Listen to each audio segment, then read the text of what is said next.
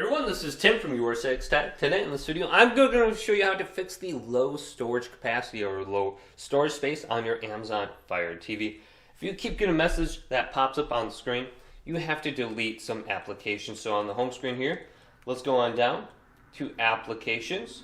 So we can find it right here and select it. Then going down to Manage Installed Applications. And you can see your internal space right here and how much you have left. Now, delete some applications, and you can go to sort by and just go to app size, and the largest apps will appear on the top now, and we can just delete these. So here's the TDS app.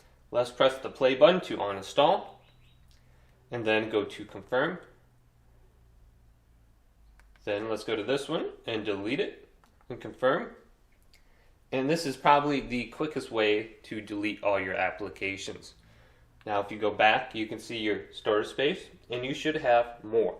Also, you do have the option to add a USB drive to the back of your Amazon Fire TV, or you can buy an adapter for your Fire Stick where you can get more storage by simply plugging in that USB drive.